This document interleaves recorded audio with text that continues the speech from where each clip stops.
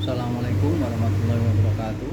Saya Yudi Nugroho. Saya akan menjawab soal UAS mata kuliah studi Al-Quran. Soal yang pertama, apakah Al-Quran yang kita baca sehari-hari itu adalah kalamullah yang qadim? Jelaskan dengan dalilnya. Ya, jawabannya adalah ya. Bahwasanya Al-Quran yang kita baca sehari-hari itu bersifat qadim. Logikanya begini, Al-Quran yang itu merupakan firman-Nya Allah, kalamullah. Kalam jadi salah satu sifatnya Allah. Sebagai sifat, kalam tidak terlepas dari yang mempunyai sifat, yaitu Allah. Kalau Allah bersifat qadim, sudah barang tentu kalamnya Allah juga qadim.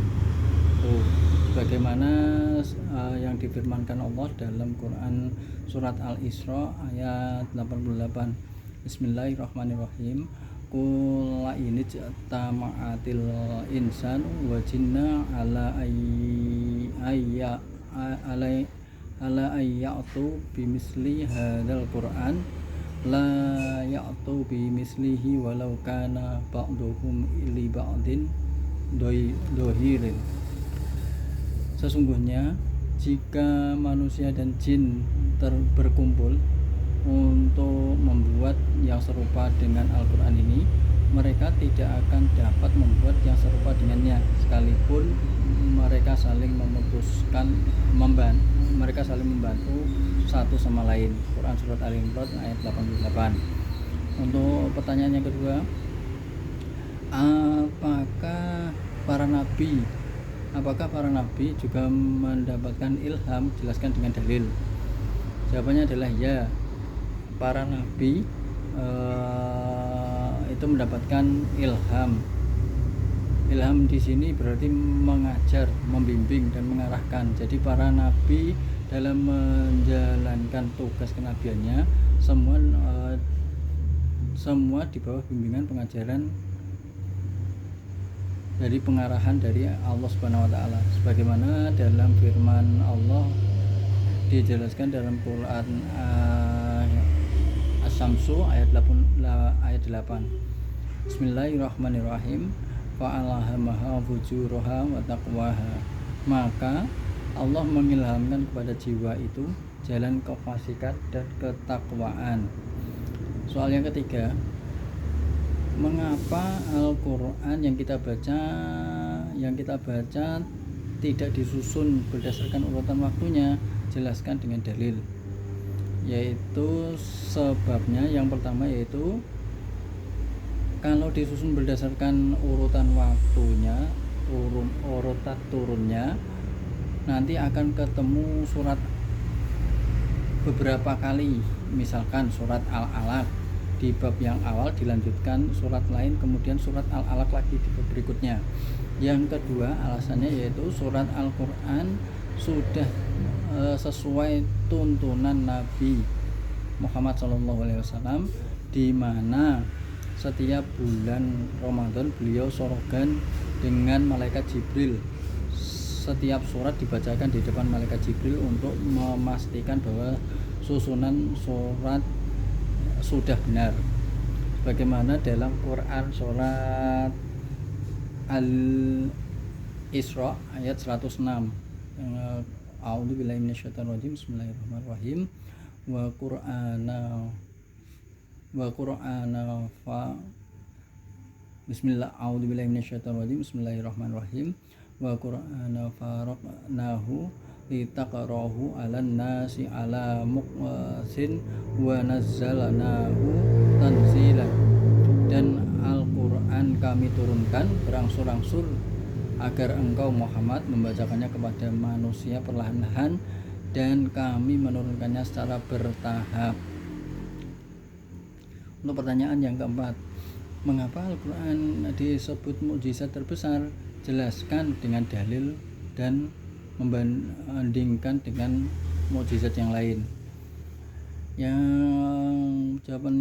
Jawabannya yang pertama, yaitu alasannya yaitu karena Al-Quran kalamullah yang abadi dan berlaku secara universal sepanjang masa.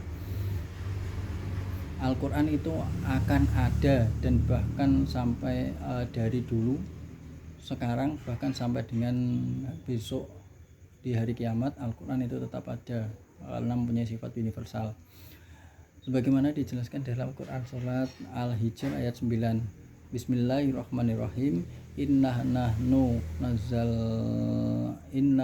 nazzalna dzikra wa inna lahu lahafidun. Artinya sesungguhnya kamilah yang menurunkan Al-Quran dan kami pula lah yang memeliharanya. Untuk perbandingannya berfungsi sebagai pembeda untuk perbandingannya dibandingkan dengan mukjizat yang lain adalah bersifat sementara dan berlaku saat itu. Misalkan mukjizat yang lain berlaku saat itu, misalkan kitab Taurat berlaku pada masanya, kitab Injil berlaku pada masanya, tetapi untuk kitab Al-Quran itu berlaku untuk sepanjang masa. Terusnya yaitu pertanyaan nomor 5. Bagaimanakah hukumnya membaca Al-Quran dengan tajwid? Jelaskan dengan dalilnya. Hukum baca Al-Quran dengan tajwid ada 2 pendapat. Di antaranya yaitu yang pertama dari para ulama tajwid berpendapat bahwa membaca Al-Quran dengan tajwid hukumnya wajib bagi setiap muslim, bagaimana dijelaskan dalam Quran surat Al-Muzammil ayat 4. Bismillahirrahmanirrahim. Auzid alaihi warotil Quran tartilan, atau lebih dari 1/2 itu, dan bacalah Al-Quran itu dengan perlahan-lahan. Yang kedua yaitu pendapat sunnah, bagaimana pendapat Ibnu Taimiyah yang berpendapat bahwasanya membaca Al-Quran dengan ilmu tajwid tidak wajib, akan tetapi wajib mengucapkan dengan gerak-gerik dan mengucapkan huruf sebagaimana mestinya. Untuk nomor 6, bagaimana hukumnya wanita yang sedang haid membaca Al-Quran? Jelaskan dengan dalil. Hukumnya yaitu menurut para ulama, yaitu hukumnya bagi wanita yang sedang haid tidak diwajibkan untuk membaca Al-Quran, bagaimana dijelaskan dalam Quran surat Al-Waqiah. Bismillahirrahmanirrahim. La yamsahu illa mutahharun. Tidak ada yang menyentuh selain hamba-hamba yang disucikan. Pertanyaan nomor 7 yaitu penafsiran Quran surat Al-Fatihah ayat 7. Quran surat Al-Fatihah ayat 7. Ihdinas siratal mustaqim. Saya ulangi. Untuk Quran surat Al-Fatihah ayat 7, siratal ladzina an'amta 'alaihim ghairil maghdubi 'alaihim waladdallin, yaitu jalan orang-orang yang telah engkau beri nikmat kepadanya berupa keimanan, hidayah, dan ridhomu. Mereka itu seperti dijelaskan dalam surat An-Nisa ayat 69.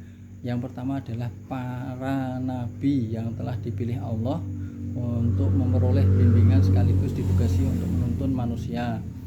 Yang kedua adalah para siddiqin, yaitu orang-orang yang selalu benar dan jujur. Yang ketiga adalah para syuhada, yaitu orang-orang yang bersaksi atas kebenaran dan kebajikan melalui ucapan dan tindakan mereka.